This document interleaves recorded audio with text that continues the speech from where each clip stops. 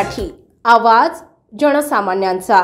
जिजाऊ फेडरेशनच्या अध्यक्षा भाग्यश्री पाटील आणि माजी जिल्हा परिषद सदस्य अंकिता पाटील ठाकरे यांच्या समवेत महिलांनी महिला सक्षमीकरणाचा नारा देत इंदापूरकरांशी संवाद साधलाय। महाविकास आघाडीचे विधानसभेचे उमेदवार माजी मंत्री हर्षवर्धन पाटील यांच्या प्रचारार्थ जिजाऊ फेडरेशनच्या अध्यक्षा भाग्यश्री पाटील आणि माजी जिल्हा परिषद सदस्य अंकिता पाटील ठाकरे यांच्या समवेत महिलांनी पदयात्रेमध्ये उत्स्फूर्त सहभाग नोंदवत माजी मंत्री हर्षवर्धन पाटील यांना विधानसभेत मोठ्या मताधिक्याने मतदान करून निवडून देण्याचे आवाहन करत पदयात्रेच्या माध्यमातून नागरिकांशी त्यांनी संवाद साधला। महिलांची संख्या मोठी असून त्यांची सुरक्षितता आणि त्यांच्या सक्षमीकरणासाठी देशाचे नेते शरद पवार आणि हर्षवर्धन पाटील यांना जनतेने साथ द्यावी यासाठी महिला वर्गाने मोठ्या प्रमाणात सहभागी होत या यात्रेमध्ये इंदापूर शहरातील नागरिकांशी त्यांनी संवाद साधला।